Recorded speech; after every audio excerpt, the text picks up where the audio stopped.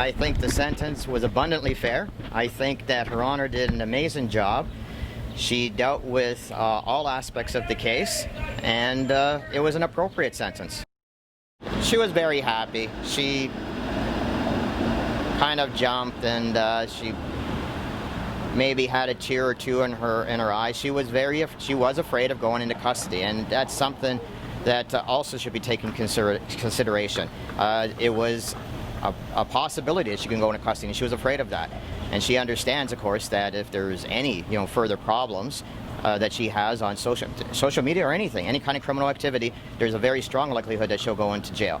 So she was very happy, and most importantly, she's ecstatic that the case is over and that she can hopefully move on in her life. The judge said that she, in her pre-sentence report, she admitted she has an issue with social media posting.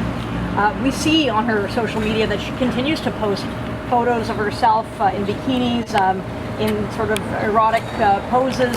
Has she learned a lesson about, social media? Does she understand? The judge called it a very dangerous trend. I think those were the words she used. Yeah, and I do believe she has learned and she understands. Let's just remember that she's still only 20 years of age.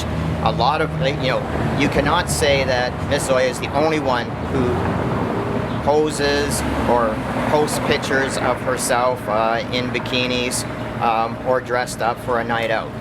In the younger culture, I think that this in fact is maybe a trend, if you want to say that, but it's definitely a venue or an avenue that the younger generation are using, posting all the time.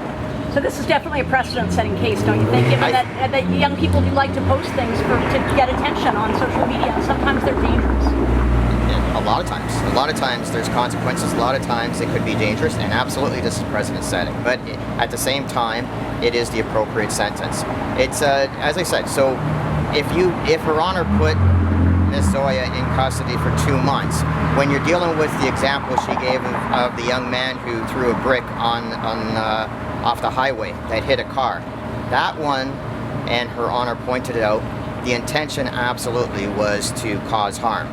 Ms. Zoia never intended that, and there's no evidence at all that she ever intended that. But it is an eye-opener for anybody of whatever age that they have to be very careful of what they post on social media. Once it is posted, it can go viral, and that's what happened in this particular case. Will you see pictures of Ms. Zoia on social media again, dressed up or maybe in a bikini?